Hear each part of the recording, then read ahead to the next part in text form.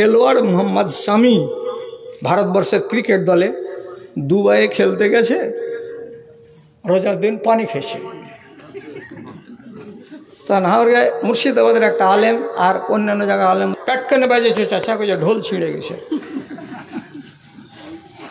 তো আলেম হলো আমাদের কাম হলো কি জানেন? কেরালার একটা আলেম বলেছিলেন পৃথিবীতে যত আলেম আছে সবাই একমত হয়ে গেছে এই কথাটার উপরে যে আমরা জীবনে একমত হব না।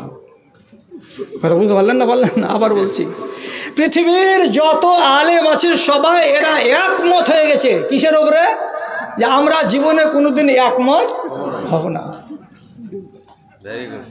মালদার আলেম এক, মুর্শিদাবাদের আলেম এক, ও ওর আঁশ তুলে দিচ্ছে, এ ওর আঁশ তুলে দিচ্ছে, বলছে হ্যাঁ সারা এটা মুসলমান রোজার দিন এরকম করে লক্ষ লক্ষ মানুষের সামনে এরকম করে বোতল পানি খেয়ে নিল, লাগলো মোহাম্মদ শামির পিছনে, তো আর পোস্ট মটাম করে ছেড়ে দিল।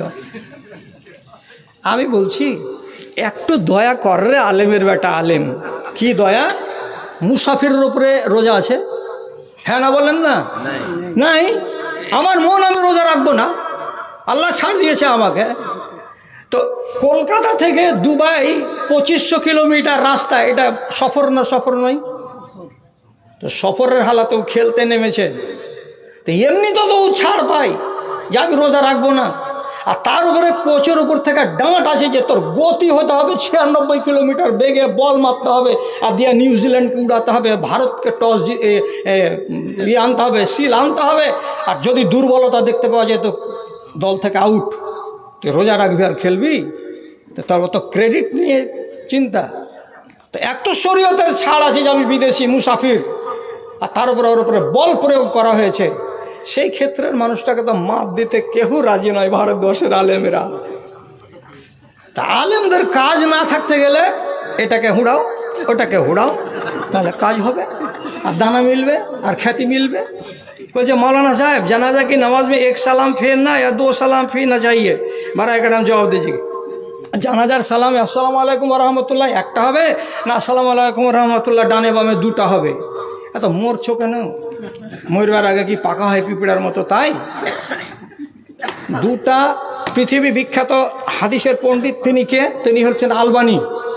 আলবানী রহমাতুল্লাহ আলাইহি, উনি উনার কিতাবের ভেতরে, কিতাবুল জানাইজের ভেতরে লিখে রেখেছেন একদম সহি কথা, সহি কথা, দুটো হাদিসই সহি। একদিকে সালাম ফেরার হাদিসও সহি আর দুদিকে সালাম ফেরার হাদিসও সহি। আর লেখা আছে কি তাসলিমাতুল জানাজাতে মিসলু তাসলিমাতি সলাতে, জানাজার নামাজের সালাম এই 5 ওয়াক্তের নামাজের সালামের মতো। তাহলে কটা হয়? দুটা হয়। আর এক হাদিস আছে যে সাল্লামা তাসলিমাতা, রাসূলুল্লাহ একটা সালাম দিলেন। এর মানে কি? এক সালাম করাও জায়েজ, 2 সালাম করাও জায়েজ। এখন তোমার চুলকানি কেন লাগলো যে আমি আজ থেকে 1 সালাম করবো? তাহলে বড় আলম বলবে না, ওইটা হাদিস কমজোর, চলবে না। তুমি বেশি বিদ্বান না, আল্লামা আলবানী বেশি বড় বিদ্বান, উনি হাদিসের মুহাক্কিক, উনি পণ্ডিত, 20 শতাব্দীর সবচাইতে বড় মুহাদ্দিস। উনি বলছেন দুটাই হাদিস সহিহ রে বাবা। আপনার মন লাগে 2 সালাম দেন, আর আপনার মন লাগে 1 সালাম দেন। এখন কত জায়গাতে মারামারি হয়েছে জানেন? এক জায়গাতে বিদেশে একটা আলেম এসে লোকেরা বলছে কে এটা জি? বলছে যে মারা গেছে ওর আপন খালু হলো, এটা মুর্শিদাবাদের খুব বড় আলেম দিন, ওকে জানাজা পড়াও। জানাজা পড়ালছে, কত বড় আলেম দিন, কিচ্ছু বলা নাই কহা নাই, এরকম করে জানাজা শেষ কেন বলছে আসসালামু আলাইকুম ওয়া রাহমাতুল্লাহ, থেমে আছে। আর পাবলিক বুকে হাত বেঁধে এখনো খাড়ি আছে। হ্যাঁ তা আর 1 সালাম দিবে না নাকি? হ্যাঁ আসসালাম দিবে না নাকি? হ্যাঁ ওরা ওরা এক লেখলে আসসালামু আলাইকুম ওয়া রাহমাতুল্লাহ ছেড়ে দিই। আচ্ছা কে আছে এটা? কে আছে? পাবলিক। আপনি ওকে রেহাই দিবেন? কে আছে এটা জি? কোথাকার বলবে আছে জি? ও সালা 1 সালাম কেন দিল, 2 সালাম কেন দিল না? ঘর তো সালাকে লিয়াই তো সালাকে আমাদেরকে হলো এই হলো আর হ্যান হলো। আচ্ছা এখন পাবলিকের মুখে গালি নয় কিন্তু প্রবাদ, এটা ভাষা আমাদের কি কোন ঠেকারি সালামুলবি আছে ভাই লিয়াই তো। এই যে সালা সালা শুরু হলো, উচিত ছিল জায়গার লোকটিকে আগে জানিয়ে দেওয়া, ভাই আমি আজকে 1 সালাম দিয়ে জানাজার নামাজ পড়াবো, তাহলে লোকেরা বিভ্রান্তিতে পড়তো না। হ্যাঁ আর বলেনি করে দিল।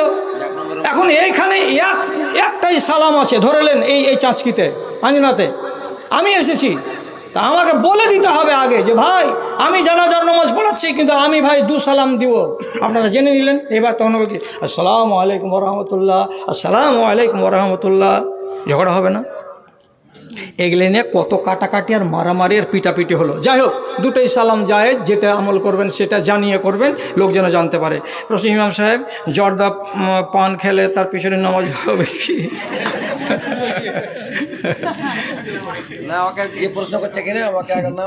শুনেন, হারাম জিনিস থেকে বাঁচেন, হারাম জিনিস থেকে আল্লাহ আপনাকে বাঁচায়, আমাকেও বাঁচায়, আপনার ইমামকেও বাঁচায়। তো বাহরহাল হারাম জিনিস থেকে ইমাম সাহেবকে বাঁচতেই হবে।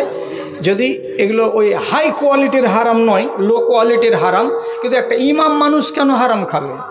আরে পাবলিকের যারা এরে গাইরে নাত্তু খাইরে আছে তারা করুক গা। তো আপনি ইমাম হতে গেলে আপনাকে জর্দা থেকে বাঁচতে হবে। আল্লাহ তাআলা আপনার আর আমার সকলে হেফাজত করুন। আর যতটি কথা আমরা শুনলাম সব কথাটি যেন আমরা বাস্তবে মেনে নিতে পারি, আমল করতে পারি। আল্লাহ আমাদের তৌফিক দান করুন। আপনাদের সর্বাঙ্গীন সুখ শান্তি কামনা করি।